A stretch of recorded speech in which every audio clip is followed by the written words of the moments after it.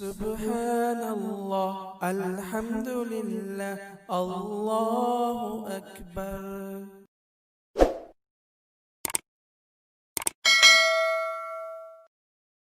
بسم اللہ الرحمن الرحیم۔ کس کس طرح کی مونچھیں رکھنا سنت ہے؟ احادیث کی روشنی میں علماء اور فقہاء کرام نے 3 طرح کی مونچھیں رکھنے کو مسنون کہا ہے۔ نمبر 1، مونچھوں کے بالوں کو اتنا کاٹے کہ کھال نظر آ جائے۔ نمبر 2، مونچھوں کے بالوں کو اتنا کاٹے کہ اوپر کے ہونٹ کی سرخی نظر آ جائے۔ نمبر 3، مونچھوں کے بالوں کو اتنا کاٹے کہ بھووں کی طرح ہو جائیں۔ ان 3 طریقوں کی مونچھیں رکھنا مسنون ہے۔ اس کے علاوہ باقی تمام طرح کی مونچھیں رکھنا خلاف سنت ہے۔